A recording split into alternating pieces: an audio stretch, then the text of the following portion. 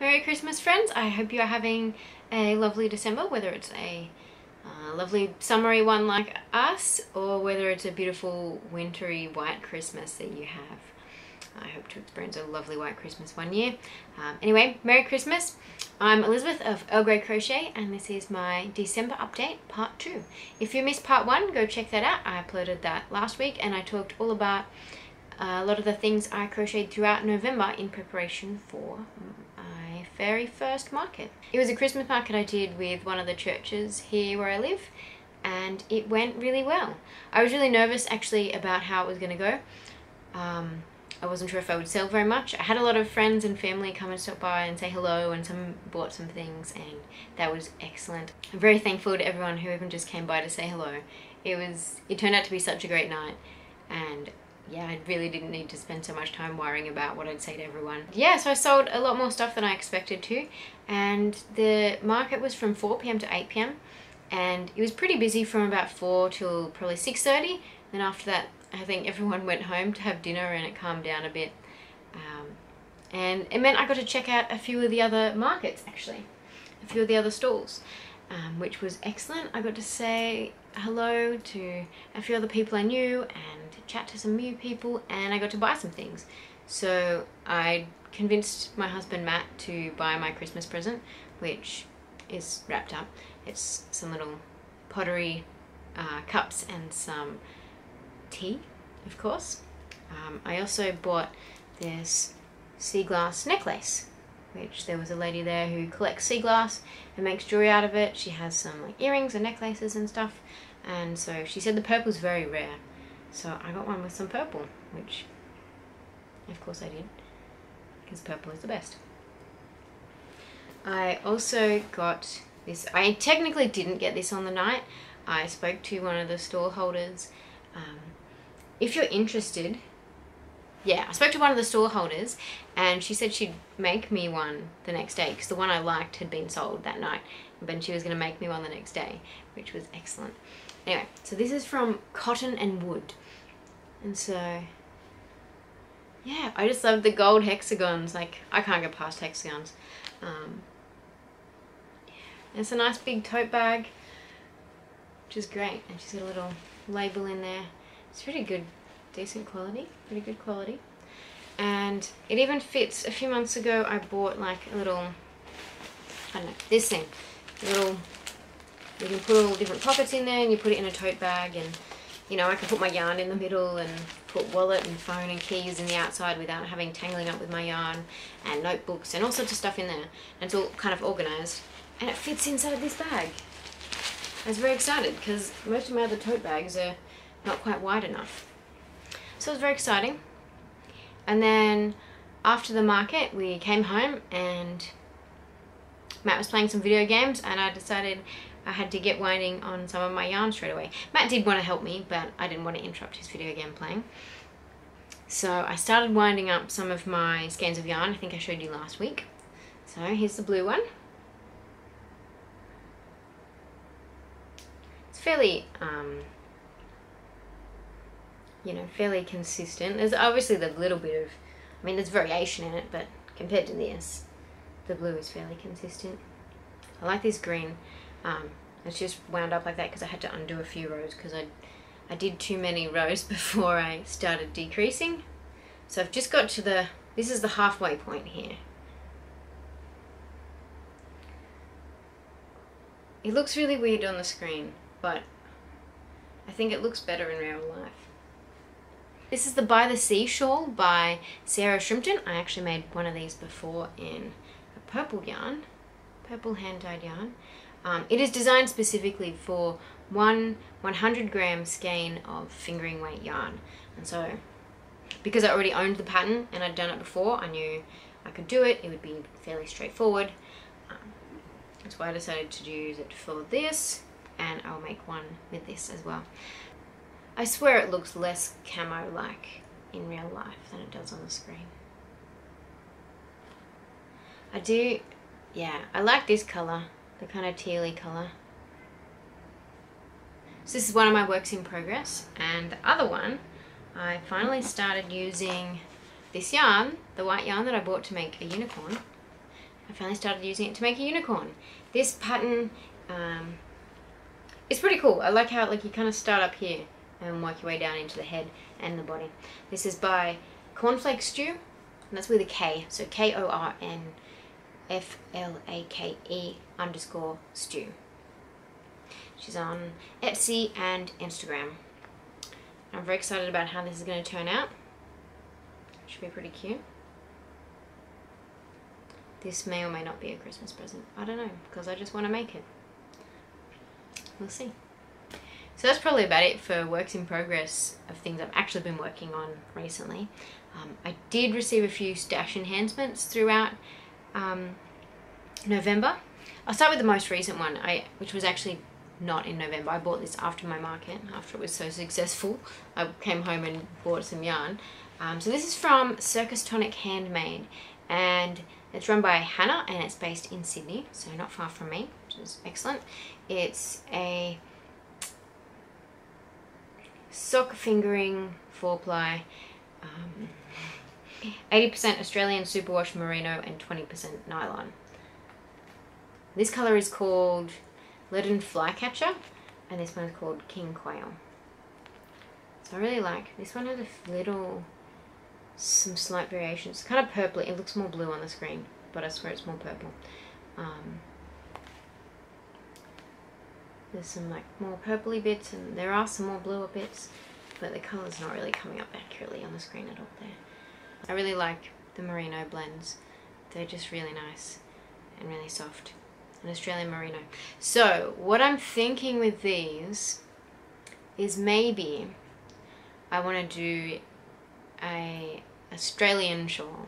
So how I'll be doing that is Addie Deanne of Addie Day Designs, she lives in Canberra, so that's in Australia, and she has a pattern for the blur shawl, which is a crochet fade, and you can use maybe 5 or 6 different colours. And then I also have these from Hannah in Sydney. And I have these that I've shown you before, and they are from Beck in Perth, and they're also Australian merino with cashmere. So 80% Australian merino and 20% cashmere. I don't think I told you that last time. And they're also fingering weight yarn. So what I want to do, I think I need a little bit more, but I want to make an Australian blur, an Aussie blur with all Australian merino yarns. Won't that be cool? And hand dyed in Australia. Yes, that's the plan, but it's probably still quite a while away because I have many other projects planned for early next year. But I'm excited. So speaking of plans for early next year, Lucy over at Attic 24 has designed a new blanket. I have made some of her blankets before. What she'll usually do is she has a pattern and a yarn pack. So you can do the pattern on its own, or you can do the yarn, use the yarn pack with a different pattern, or you can use the yarn pack and the pattern together to make the same blanket that she's made. And so I did that for her cupcake blanket, except I didn't use the darkest brown colour. And so it's all pastel-y colours, and it's based on cupcakes, and it uses her cozy stripe pattern, which is like alternating like straight US doubles or UK trebles, and then like a granny stripe row, a couple of rows.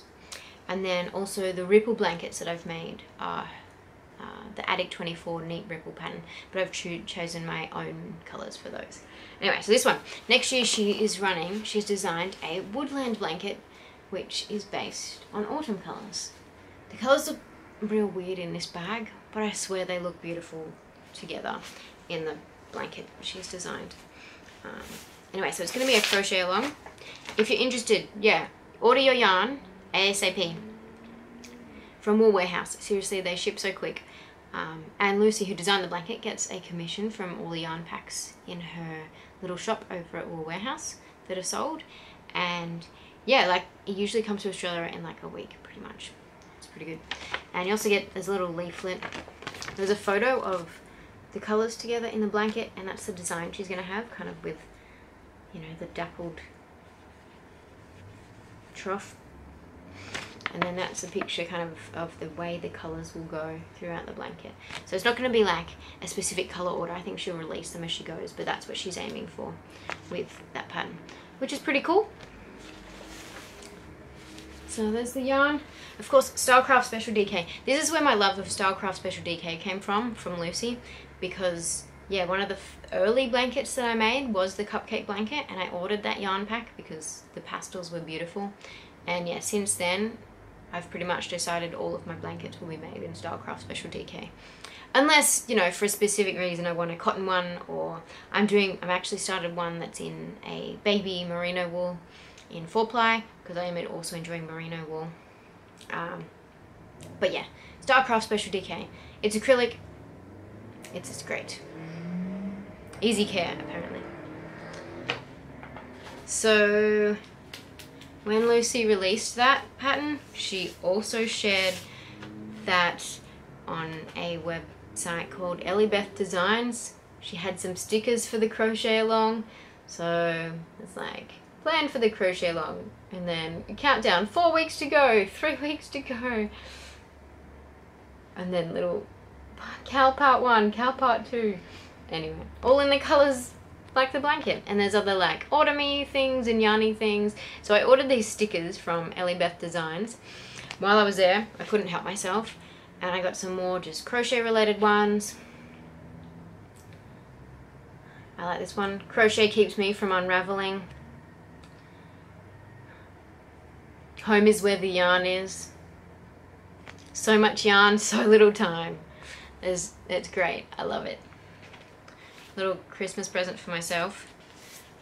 Especially because I want to get back into bullet journaling next year. I started at the beginning of this year and it didn't really last very long. Anyway, hopefully this will keep me motivated for a little while. I've got some more yarny crochet related stickers, and then just some random shapes for things. So that's exciting. Oh, and this cactus, and it's kind of like Bible verses, and yeah, praying through the prickly times. And then there's this side, more cactuses. I love it. It's great. Anyway, it might not be right up your alley, but I love succulents, and I love crochet, and I love puns and stickers, apparently. So if you follow my Instagram stories, and if you do, you probably already knew most of this stuff I've been talking about today, you know I'm wanting to make a colour block jumper next year as well. I'm inspired by Rosina over at Zines and Roger. Go check her out. She makes great little videos. I love it. She just chats and crochets and shows her projects that she's been making. Anyway, a few months ago she made 2 different colour block jumpers actually. One of them's in, I think, blue and grey, and the other one's in mustard, grey and a light pink. Which the colours you wouldn't put together normally, but they look amazing. The jumper looks fabulous. And so that's what inspired me to make one as well. The pattern is Cleckheaton colour block jumper, and the recommended yarn is Cleckheaton Superfine Merino or something like that. I thought they would have that at Spotlight, but they don't have it at Spotlight. But if you go on yarnsubstitution.com, which is a real website, you can put in Cleckheaton Superfine Merino and it'll tell you what the most similar yarns are that you can substitute, and it'll also tell you like what things you need to take into account. For instance, the closest substitution is this yarn, Peyton's Extra Fine Merino 8-ply. And the only thing that didn't quite match was this one has slightly less meters, so I had to buy a couple extra balls just to make sure I have enough. But yeah, look at this gorgeous yarn. I love it. I've used this yarn before for my Northern Seashore.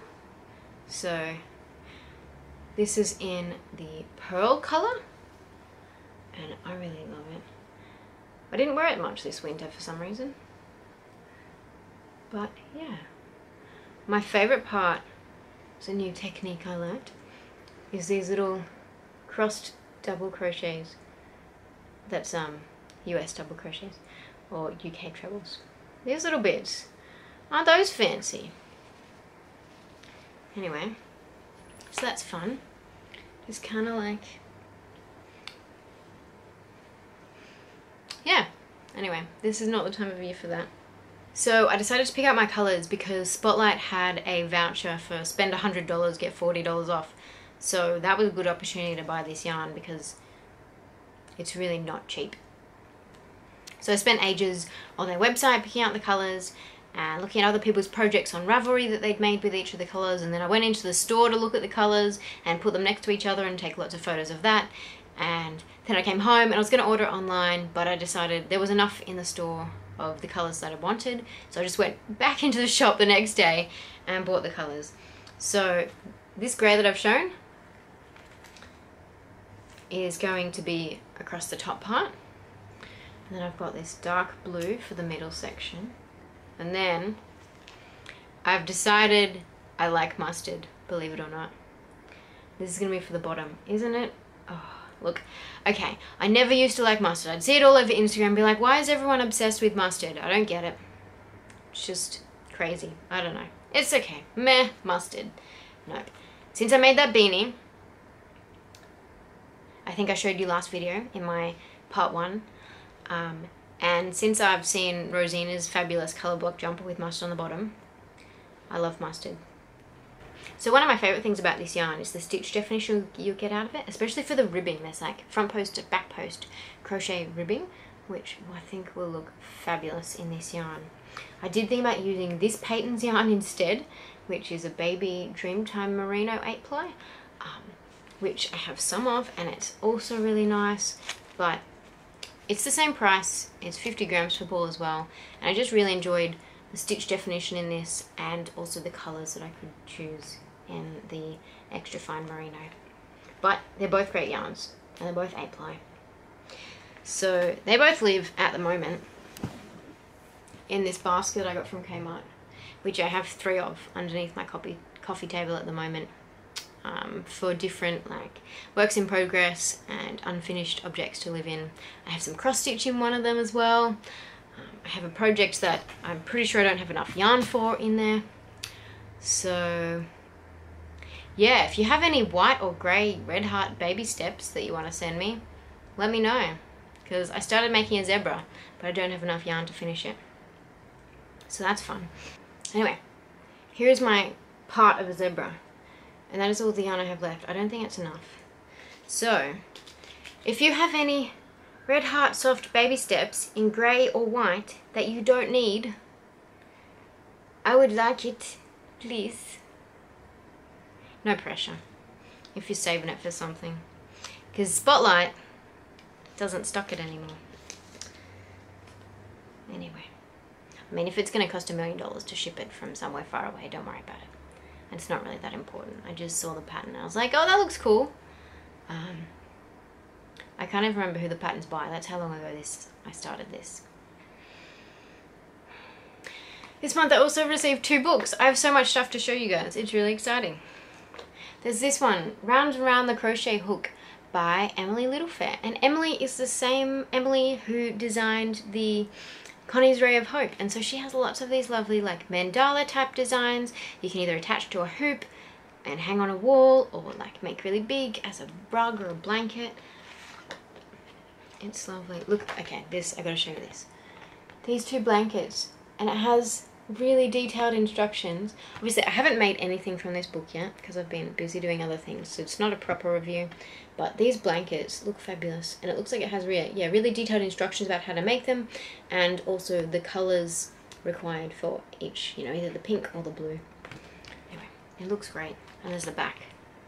So there's cushions, blankets, big floor rug, other little motifs and stuff that you could make into a blanket, or like, you know, a garland or something. It looks beautiful. I'm very keen to try it out. And then from another one of my favourite designers, I think I've spoken to you about the Lali Lala patterns before. So this is by Lali Lala, and this is Phoebe the Fox. So Lydia Tresselt of Lali Lala also released a book this year, and this is it. It's called Beetles, Bugs and Butterflies, and it's adorable. There's a little snail and butterflies. It has a little story at the beginning. It's adorable. Oh my gosh. And yeah, there's a little Venus flytrap purse. So yeah, you can make this caterpillar, And then you can crochet like a little egg for it to be in and a chrysalis, and then you can put the wings on. There he is in the chrysalis. So that's how you put the wings on. So it looks lovely. You can take the things off and on. So you can just make a caterpillar and then you have wings as well and put the wings on the caterpillar. I love it. So I'm just going to keep talking for a bit longer. I'd love to hear how long you guys like your crochet videos or podcasts to be. I say podcast because a podcast is normally an audio file, but lots of crocheters call their videos podcasts, whatever. I don't really call mine a podcast. Anyway, I want to talk, let me know how long you prefer videos like this to be. I generally won't watch any that are over an hour. But the other day I did watch one that was an hour and 40 minutes just because I was sitting on the couch with nothing really much else to do except crochet. So I was like, this one looks interesting, I'll put it on. Whereas my aim was sort of more to be under 10 minutes. Obviously I'm not getting that at all because I talk too much. But yeah, let me know if you'd like to hear more about other stuff I'm into, or if you want me to talk less. I don't know. Whatever. Anyway, I just want to mention this. I've just finished reading Turtles All the Way Down by John Green. Now, John Green is one of the vlog brothers here on YouTube, and him and his brother Hank, who I got to meet a few months ago, have been making videos on YouTube since 2007. None of their videos are over 4 minutes, by the way, unless they're educational. So that's their rule. They have to have 4 minutes or less in their videos. I couldn't share much in that time. Yeah, so this book is excellent. It's about a girl who has OCD. A lot of people think OCD is about being clean and tidy, and it's really not about that at all. It's about obsessive thought, or invasive thoughts that become obsessive, and you obsess over them, and they become, and then that leads to compulsion. So it leads to actions that you must perform in order to get rid of the obsessive thoughts, or kind of, in order to calm yourself down. It's a great book. I definitely recommend it. I'd also definitely recommend checking out the Vlog Brothers on YouTube. They also have a lot of other channels, so they do like Crash Course.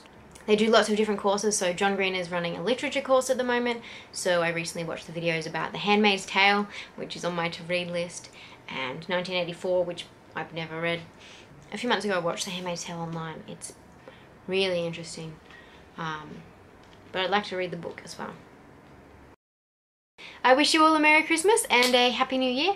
And if you enjoyed this video, don't forget to hit like, subscribe, and maybe check out some of my other videos, especially my part 1 from last week, to see all the stuff I had at my market over the weekend. Bye! Merry Christmas!